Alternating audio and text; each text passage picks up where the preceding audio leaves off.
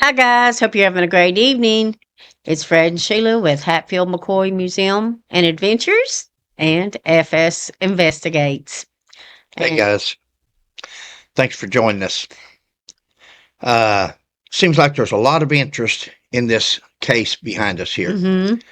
at Sheriff Stines when he offed Judge Mullins in Letcher County in Whitesburg. The gentleman in the suit and the vest there is Jeremy Bartley, attorney out of Somerset. Him and his wife, Carrie Bartley, represent Mickey Stines, represents.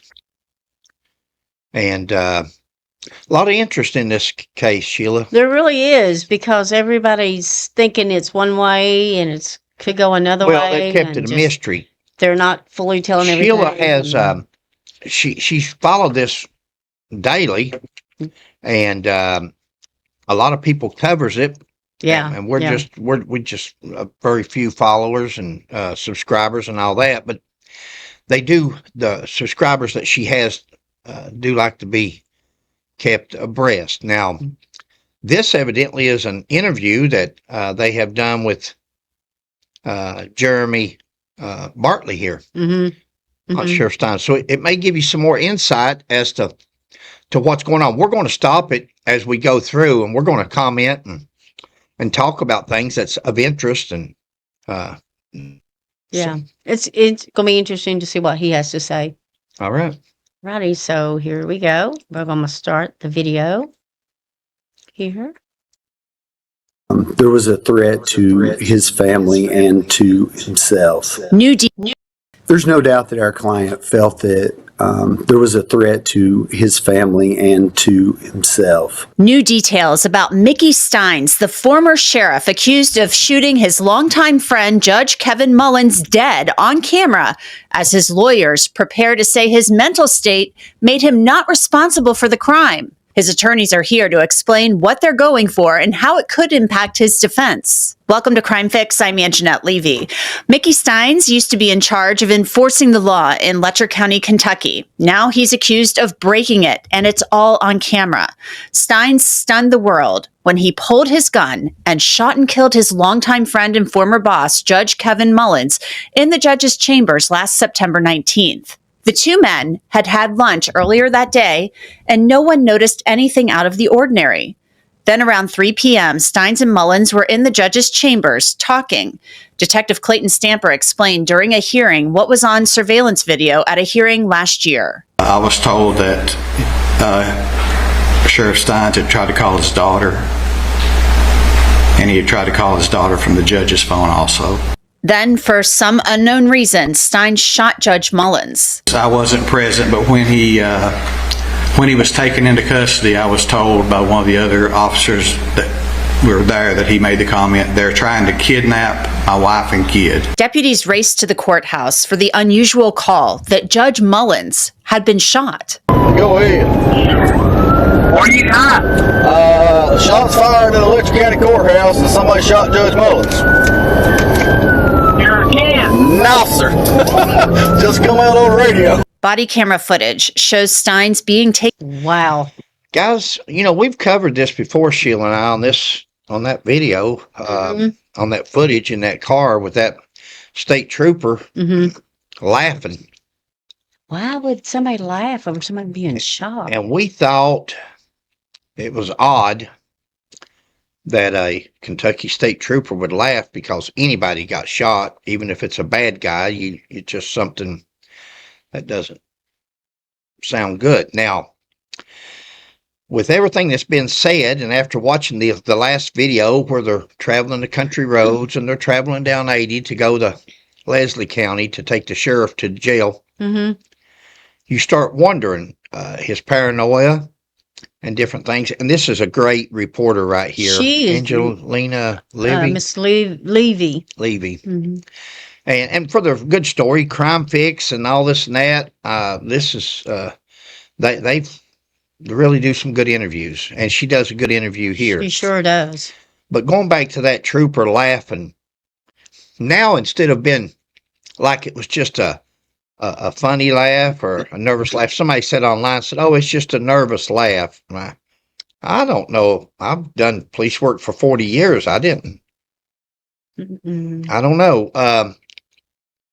But now that they've come up with this conspiracy theory or this paranoid theory, it's like that laugh may be an indication of something else. You know, Mickey Stines acted like he was scared to death. He did. When you could see him, he was looking around and watching Of the everything. state police. Yeah. He was Where you taking me, scared. boys? Where are you taking me, boys? Please make sure there's no weapons back here. He wanted to make sure that there wasn't a weapon in the back seat where somebody was going to harm him and then say he had a weapon. Everything as a police officer, no doubt that he's probably seen himself. So that's why he said, "Make sure there's no weapons in the Oh, back." yeah. Okay. Yeah. I didn't understand. I didn't get he that. don't what want was to be shot. Yeah. And then they say, well, look here, he snuck a weapon out here. Okay. But what I'm getting to is with him being a sheriff and a deputy sheriff for the last 20 or so years and knowing how law enforcement works, or at least some law enforcement agencies. Right. Why is he so concerned about that for? Why is he asking? Has he seen something in the past that he's thinking, yo, boys, don't, Could happen to him. Could it happen to him? And did it happen to somebody else in the past? I don't know. Again, Sheila and I, we theorize, we Speculate. we give our opinions. And I just think that's awfully odd. And I know Sheila does. Yeah. I can't believe that the trooper was laughing over someone being shot. That's wrong. The judge has been shot and he starts laughing. Go ahead. I don't know what's funny about that. No, there's nothing funny about it. Taken into custody. Make sure there ain't no weapons or nothing now. There ain't nothing in there, bro. Yeah. Come on now. Right here, open up the back hatch. Come on.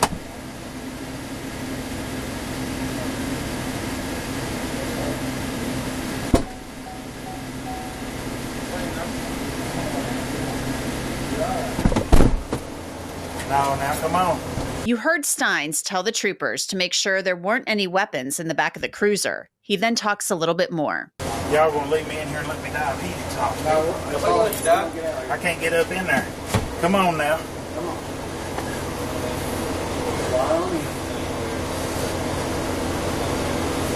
I'm up in there, bro. My bike's up in there. I can't. Yeah, man, I can't get in. These cuffs are way too tight. Come on now, guys. Come on now. On the hour-long ride to the jail that's in another county, Stines practically sounds paranoid. Come on now, guys. Make sure I get to the jail.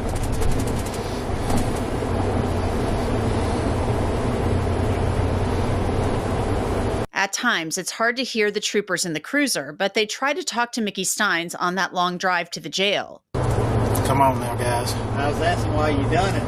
Was it over your family? Come on now, guys. What are you doing? I'm just talking to you.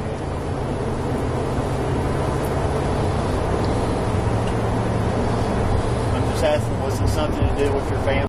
Guys, something is definitely, the more you watch, and Sheila and I have watched these videos over and over, but the more you listen to him, the paranoia, I would love to know if they gave him a drug test on that day. Oh, that's a good point. You know, is that drug-induced paranoia? Or is he really, really in fear of something going to happen?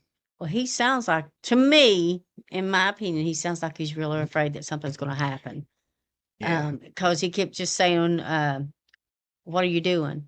And the one video that we played, he said, this is not the way to the jail. Yeah. He said, you're going to take me into the woods. You know, he was so afraid that they were going to take him somewhere and de-life him. Okay. Let's go. To do with your family or anything like that? Days before the shooting, Mickey Stines had been deposed in a civil lawsuit filed by a woman named Sabrina Atkins. Atkins sued Letcher County after a former deputy named Ben Fields admitted to having sex with her when she was an inmate and he was supervising her on home incarceration. Atkins said she couldn't afford a GPS bracelet, so Fields offered to help her out in exchange for her having sex with him in Judge Mullins's chambers. Fields was charged criminally and served 6 months in jail, and he's supposed to be on probation for more than 6 years. Atkins told investigators with the Kentucky Attorney General's office that she saw videotapes of Judge Mullins having sex with women. But you just saw the judge. Right. Do you know for sure that was the judge? Yes. I mean, how do you know that's the judge? I've been in front of him. His face is pretty clear on there. So did this lawsuit and what was happening in the courthouse play a role in Stein shooting Judge Mullins? His attorneys most certainly believe so, and you're going to hear more about that here in a bit. Fast forward to a hearing for Stines last week. His lawyers want him to undergo a psychiatric evaluation to help determine whether he is criminally responsible for Judge Mullins's murder. We do believe there will be an issue as to criminal responsibility. We've consulted with, folks with regards to that issue. The judge agreed to get the ball rolling on the evaluation. I think that's probably the best course of action, to go ahead and get that in the pipeline. It is going to require, what I would recommend is that we go ahead and get the order entered in regards to competency and criminal responsibility. I might as well go ahead and that address, since we're going to be doing that, versus we've seen it sometimes be piecemealed, and I don't want to delay the proceedings if we would have to go back and redo that. So competency and criminal responsibility, these are two totally different things. Competency has to do with whether someone is able to assist with their own defense, but criminal responsibility has to do with a person's mental state at the time the crime was committed. The Commonwealth objected to the defense's expert possibly being present during the evaluation, which would be conducted by the Kentucky Correctional Psychiatric Center. I'm not comfortable doing a criminal responsibility if he's going to have an expert on that position, unless we know what the issues are they're raising in the criminal responsibility of their expert. So we're going to get in a position where our experts at KCPC are the Guys, that attorney right there is Steele. Yeah. Jackie Steele. He's a Commonwealth attorney in Laurel County, Kentucky. He's appointed special prosecutor in the Mickey Stines case, but and that case is in Letcher County as of right now. I think they've asked him for a change of venue. I'm not sure if it's going to be there for trial, if there ever is a trial. But Jackie Stines there is actually from Laurel County, London, Kentucky. Jackie Steele. Steele. Yeah. What I say, Stines. Mm-hmm. And I'm telling you, these are some great attorneys so far. On both sides. On both sides. And Mr. Steele here is... he's going to be in charge of the grand jury in London, Kentucky, when the state police finishes with their investigation into the Douglas Harless case. That, if for those of you that don't know about that case, Mr. Harless was in his home.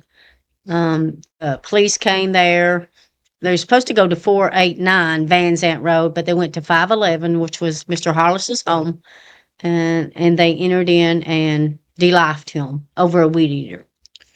Over a stolen weed eater. But anyway, this is and Sheila, that's the other case that Sheila follows pretty heavily. It's been a pretty interesting case because he's an innocent man, totally unlike what's in the picture behind me here. Yeah. Mr. Stines. That is the high sheriff at one time of Letcher County. I'm sorry, guys. I'm not willing to let him off that easy. I don't care what kind of psychiatric reports, that man de-lifed a man point blank with his hands in the air, smoking a cigarette. He did. Hands in the air. And chased him around underneath a desk, 3 different places. Shot him from 3 different places. As he got ready to leave the door, he looks back and goes down underneath the desk, and then you'll see it blurred out where that's probably at least one of the fatal shots. He was determined in. That's overkill. That is spite. That is Anger. Anger. Thank you, babe. And it could be fear. Well, see, here's the other half. Could be fear. Could be. Yeah. We'll see. I have a feeling that guy that sat behind Sheila, if there's anybody that can raise the doubt, that's probably him and his wife. So we're going to get a C. These are going to be three great minds. If we get a C, I said we'll get a C. I don't think we will. I think it'll probably go to a Bartley, back our smart man. Yeah. He's a horse trader. He's working up everything he can to let everybody think it's like the Epstein case where this is going to come out and that's going to come out. If we go to trial, you can bet everything around's going to come out. And it may have been nothing more. See, I have my own opinion. Right. Yeah. And I've not spoken it. It's, they said from the beginning it didn't concern the daughter, even though he called his daughter's number. Mm-hmm. And a lot of people tried to allege or point the direction that it was something going on between the judge and the sheriff's daughter. Right. The attorneys have said they have no evidence of that. A YouTube page that was out there, for GoFundMe page, said there was nothing. If you're doing it for that, donating for that reason, then. So I think we can rule the daughter out. Okay. I think it's pertaining to a member of the family. The rumors is that, and again, we speculate, we talk, but the rumor was that him and his wife, that's why he was in civilian clothes that day, wasn't even in uniform because him and his wife had a spat the night before. Right. And he didn't stay at home. Mm-hmm. Did she call Judge Mullins wanting a EPO? Did she call Judge Mullins saying that maybe there was some domestic abuse or something going on? Mm-hmm. Is there more to that relationship? See, again, we don't know because they have let very little out. Even in this interview, right? He doesn't say. He drops little hints. He's a good lawyer here and there, but he's dropping hints to let prosecution think that there's more to it, or at least in Letcher County, or at least in that little circle there to say, hey, let's plead him out. I look for them to plead him out for about 5 years, or they may very well put him in a eastern state or he may not even serve time in a prison. He may not even serve any. He may go to a mental hospital. Go ahead. Well, let's see what else. That's just my opinion. Yeah. It's worth about as much as a piece of bubble gum. Oh, no. Everybody has an opinion, and everybody's opinion is worth something. Courts experts at KCPC on criminal responsibility are going to make a finding while their expert's present, and then he's going to go back and write his report. I don't want the court's KCPC evaluators doing an evaluation until they know what their position is, what their expert's position is. That way he's not interfering, but he's in an evaluation for criminal responsibility, and then he gets to go back and then address issues that he thought were not discussed properly during the KCPC responsibility issue. So both sides will file briefs on that issue. Meanwhile, the exchange of evidence is well underway. I know we have made discovery. I think 2 weeks ago we made another some more discoveries, some issues. We still have some things coming in and things being tested. I would think within the next 4 to 6 months, all discovery and testing would be complete.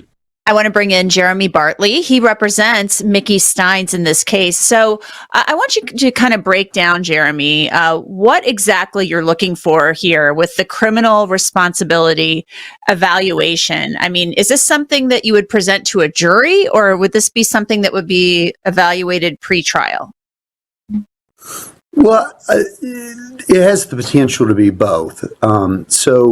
Basically, we are required, if we intend to rely in part or in whole on a mental health defense concerning criminal responsibility, Then once we are confident that we can announce our intention to use that as part of our defense, and we have retained our expert, then the Commonwealth of Kentucky has the opportunity to have Mr. Stines evaluated by their expert. And at this point, KCPC there's a huge backlog of cases in the state of Kentucky. And so normally this might be something that we would wait a little bit longer on, but in the interest of trying to expedite this case, we have presented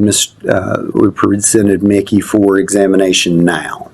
The Commonwealth seemed a little surprised by this. It sounds like they kind of expected the competency exam request, which is different. Competency determines whether or not your client can assist in his own defense. Sure. But you said it was a joint motion. So explain to me kind of why they seemed sort of taken off guard there. Yeah, and I don't want to speak for the Commonwealth, but I have spoken with Mr. Still after. I think potentially there was a misunderstanding between the two of us, but I will say that we have not had a reason to believe that he is not competent. And so competency for the viewers is, that's an examination of whether he's able to understand the nature of the proceedings and whether he's able to assist us in preparing his case for trial. It concerns only the now. Where is he at today in terms of his ability to understand those things and to participate? Whereas criminal responsibility, that examination focuses on the time of the alleged acts. And so what we said in court is that I have no reason at this point to believe that he's unable to assist us.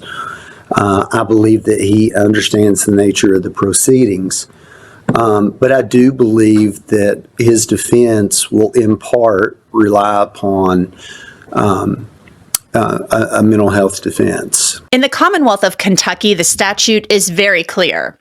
A person is not responsible for criminal conduct if at the time of such conduct, as a result of mental illness or intellectual disability, he lacks substantial capacity either to appreciate the criminality of his conduct or to conform his conduct to the requirements of law. We saw the body camera footage that released that we obtained earlier this month. Your client seemed very paranoid in this footage. He's asking where they're taking him, all of this stuff. It almost sounded like he was afraid they were going to take him in the woods somewhere and do something to him, or that he was going to be taken somewhere. I mean, did he feel an imminent threat? And was it because of this lawsuit, about the sex in the courthouse and all of these allegations? If you'd like a one-word answer, yes. Yes, he did feel threatened. In the by days Judge leading Mullins? up, he felt threatened by. I'm not going to say specifically who, but at this point, but. He was concerned about if he said the wrong thing or if he had already said something that could cause people to want to retaliate against him, to cause harm to him or his family. Yes, he did feel that there was an imminent threat. And, is it related to the deposition? Well, in large part, yes. And there were a variety of things that were happening there in the area of the courthouse that I think a lot of people wanted to keep secret. And, I think we're starting to see, as you've reported, and about some of the things that were behind the veil were not operated the way they should be. There's been some reporting out there by another outlet. There have been some people who... And that's exactly been my point and some of Sheila's looks at things a little differently. Different. Yeah. And sometimes I just put it out there and I'm wrong, but he's there for 20 some years. He's worked for the judge before. Did that judge, if what was going on in this girl's recording when she was talking to the AG investigator, if she's telling the truth and that was actually going on and she saw a videotape of the judge and so forth, did that just start? Is that something that the judge just started in the last week, 2 weeks, 5 months, 5 years? When did this begin? And sheriff was his friend, was his bailiff, was his... Did he know? Yeah. I mean, all of a sudden, and I know we're supposed to believe that the depositions had something to do with it. Well, depositions may have been bringing down the house of cards. Maybe that doesn't mean that man behind me wasn't involved in this. What if the judge had evidence on him? You know, nobody's speculating. Everybody says, well, he was in fear for his life. He was paranoid. He was scared. Wow. What if the judge had something? I'm speculating, but what if the judge, nobody's speaking up for the judge, and I don't know the judge or Stines. But dead man don't talk. He definitely wanted that judge finished off. He definitely didn't want that judge talking, breathing. Just my thoughts. I mean, we're looking at Stines here because he's the only one alive and the one in jail, and we're saying this could have happened, that could have happened, and we're speculating. But what if the judge was getting ready to come forth? What if the judge was getting ready to roll over on somebody? What if, and we don't know that, haven't heard nothing, and may not ever hear anything.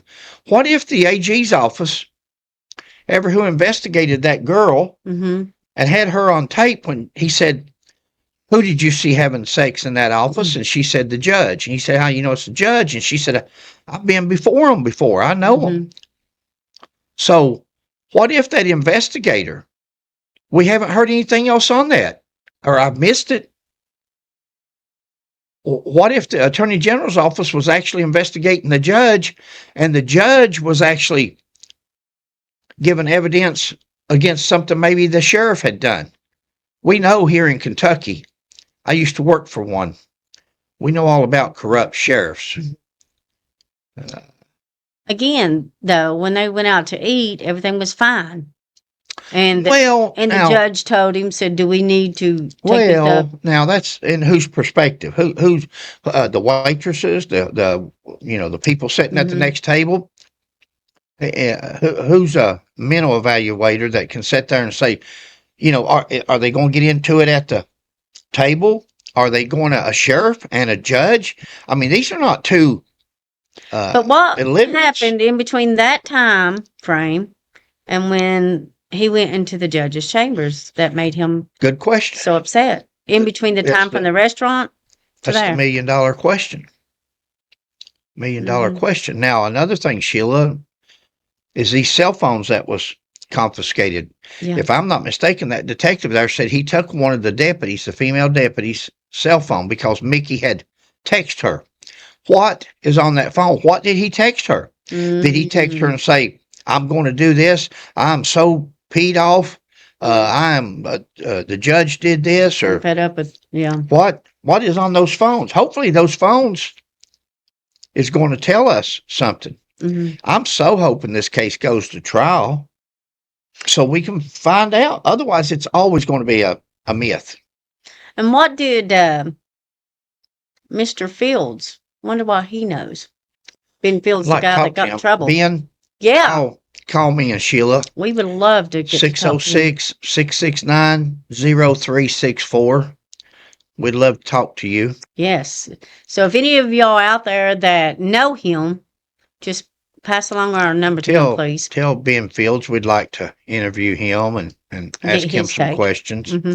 He's already served out. He didn't serve but six months, I believe, 3 or 6. 6 months, and he's gone. He's on 6 years. And he's done 4. I mean, he's done been sentenced, and all he's got to do now is keep his nose clean as far as crime. He's allowed to. He's allowed to talk.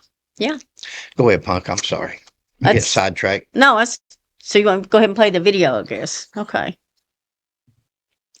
Been some people who've floated some theories to us that even though, you know, Mickey Stines was obviously, as the sheriff, named in this lawsuit as the sheriff, that he was somehow involved in all of this with the sex in the courthouse somehow. Was Sheriff Stines, as the sheriff, involved with the sex for favors in the courthouse? The civil suit, the only reason that our client was named in the civil suit, and we're not representing him in that, but he was named solely as the sheriff. And the allegation in that case was solely that he failed to train this Ben Fields, who was convicted of having these sexual. Initially, that was the only allegation. Failure to train, failure to supervise. That's you always sue the sheriff, you always sue the police chief, you always sue whoever who's in charge of the officer being sued. Okay. Initially, that was the charge. How do we know that as this deposition went on, Ned Pillersdorf is an extraordinary good lawyer. Attorney, Ephraim Hilton in Danville, Thomas A. Clay in Louisville. That's 3 exceptional attorneys. How do we know that during this deposition, Ned Pillersdorf didn't ask some questions, at least, that was leading in a direction that had implicated the sheriff on something that Ben Fields, maybe initially the lawsuit was just for failure to supervise and failure to train, and but maybe after they got in depositions and started talking, and I have a feeling, Sheila, for Ben Fields to receive such a light sentence for R. He rolled. And SA, I think he rode, don't you? Yeah, because when we heard that he only got like 6 months, that just blew my mind. There's more to that. So, again, this may be coming from the Attorney General's office. They may be an investigation that nobody knows about. And he may be talking to the Attorney General's office. Go ahead, I'm sorry. Relations with people on pretrial release in the same chambers where these acts occurred, but I've not seen any allegation concerning my client in that case that relates to those allegations, and I've not seen anything that substantiates anything of that nature against our client. Is there anything else that you can reveal to us about what was going on in that courthouse and why he felt threatened that day? Well, I just think there are a lot of things that he certainly would have been privy to, had been made aware of, and I think that there was a concern that what he might say in that deposition could be harmful to others. I think that this caused him severe distress. And I think you see a person in the body cam footage that you see a person who is completely outside of themselves, outside of the normal way that people were used to seeing the sheriff. And, the days leading up to that deposition and the days following that deposition, he was looking around every corner. He had every reason to believe that there was a threat to his wife and daughter. And why? Days before, leading up to the deposition and during the deposition, he thinks there's a threat to his family members. For what? that he, For something he knows? Sure. And that's what we're talking about. That's his attorney and a good one. Well, sure. And he's going to, sure. he says at this point he hasn't Heard anything or? Yeah, he doesn't know. Well, not that he's telling a fib, but do you think that an attorney is going to represent somebody and get on there and say, well, I know he said this and he said that and he was involved in, so we got, sometimes you got to read between the lines. That's what that attorney's job is. That's that is his. To show doubt. But why? Ask yourself, not only why did he off the judge, why did he fear? He has to be involved. He has to know something. You're not part of the problem. You're the solution. You're part of the problem. Now, go ahead. Okay. Are you sure? I'll keep it to myself. Okay. I might tell you later. You heard the testimony at the preliminary hearing that our client's statement was they were going to take or kidnap my wife and daughter. And that was a very real threat that the sheriff felt. And so I think that it's important to understand that while... Okay, I have a question. So if he actually thought they were going to kidnap his wife and daughter, did they put them under some kind of protective custody or? I don't know. That's good. That is a great question because why haven't they been harmed yet? Are they in protective custody? That's great, babe. I hadn't even thought about that, but yeah, if they were at risk of being harmed, why haven't they been put in protective custody or moved somewhere? Or you see them in court all the time. But I'm going to tell you something. You're looking at a career police officer on that picture right there right now. That's a career. I don't know how old he is, 43, something like that. I don't think he's very old. And he'd been a police officer 20 years at least. So he was 23 when he started. Police officers know, just like that lawyer right there. Police officers know. Could this, did he fear for his family? Did he fear for himself? Is he paranoid? Is he? Or is that a defense? See, as a police officer, that's what the mental evaluators will look at. Okay. Can he fool professionals? Can he fool them? If he's that's his defense and he's mental now, or he was mental then, he didn't know what he was doing at the time. See, I think he did. I think when he done shot twice in two different places, over top the desk, over here at the left of the desk, and then gets ready to go out the door and says, whoa, I want to make sure that this man doesn't talk. And he turns around and does it again up underneath the desk. How do we know? I'm speculating, my opinion. Right. How do we know this is not the hitman? How do we know this is not the bad guy? How do we know that he wasn't?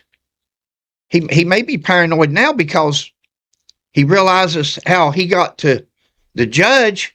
Somebody may get to him just as easy, and it might be a trooper, it might be a jailer, he's awful paranoid around these guys. He is very paranoid. And these guys, I'm sure they've Mirandized him.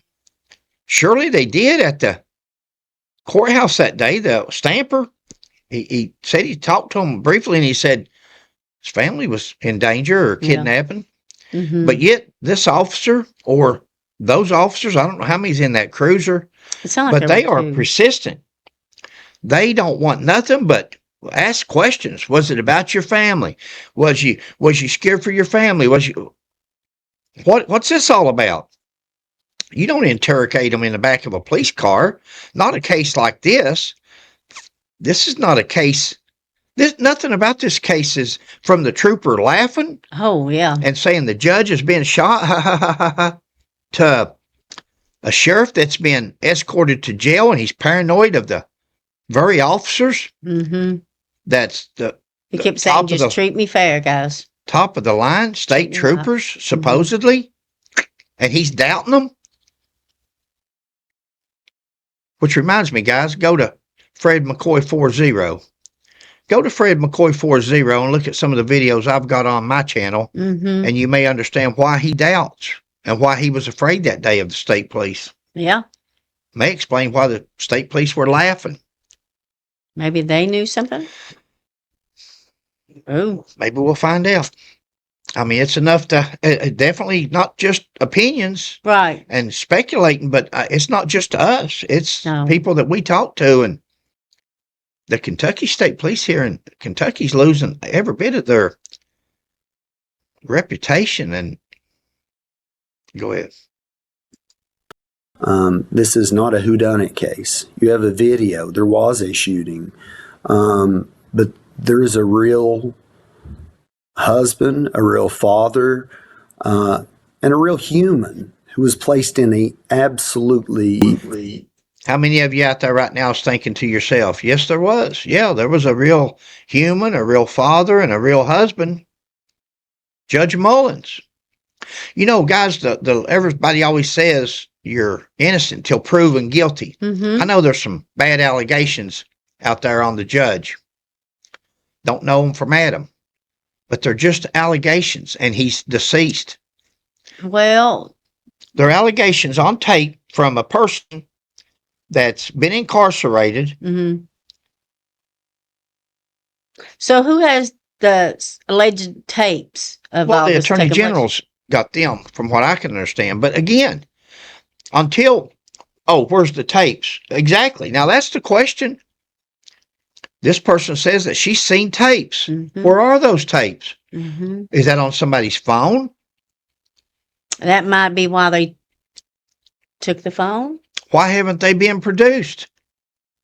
If these tapes that she talks about with the judge and somebody really happened, where are those tapes? Who had them? She told somebody this in confidence. She told an investigator from the Attorney General's office, from what I understand. Why didn't he get a search warrant for that phone or whatever she watched? I assume it's a phone that she saw and I assume it was somebody. I assume it was probably the deputy that probably showed her the video. I don't know that. Well, I wonder what it was recorded on, though. Was the it actual event, or was it recorded? If it's what we're hearing, the truth. We can't get sidetracked by one person just because he's alive and the other person's deceased, and we got to believe everything him or his attorneys say. I still have questions on several things as far as we know he's a bad guy. We know he don't care to off somebody at point blank range, unarmed with his hands in the air. It don't get no more. That should be the death penalty right there. Should be the death penalty. You're a police officer. If there's corruption, if there's something wrong, you go to somebody. You go report it to somebody else. The media. You go to the media for protection. The media they'll get it out there. You can't take the law into your own hands. No. Babe, I'm sorry. I'm dragging your video. Go ahead and let you're this. fine. How much longer we got? Very delicate situation.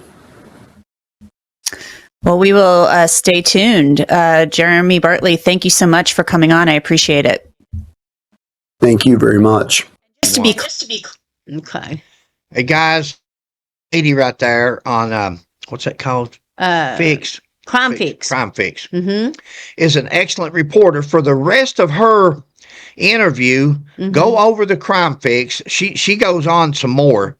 She's got more. We just wanted to talk about the attorney's interview. Right. Seeing what his Mr. Stein's attorney had to say. I don't know if she's an attorney. I would say that she's probably an attorney also, because she had some good knowledge. Yeah, good I was gonna say, she seemed very knowledgeable. Yeah. Babe, you're up. On everything. All right, guys. Thanks for watching. We hope you're having a great night, I should say now. Please stay warm. Like, subscribe, and share, and we'll catch you on the next one. Guys, put your comments. Yeah. Down below. Put your comments. Sheila and I love reading the comments and seeing if we're in agreement, what or everybody's take do is we on have it. 2 or 3 different angles? Mhm. You guys are some smart people. You don't have to be a 40-year career police officer to figure some things out. Some things this is a good one. This is. It definitely is on that. All right, guys. You all have a good night. And God bless. Thank you, guys. Bye.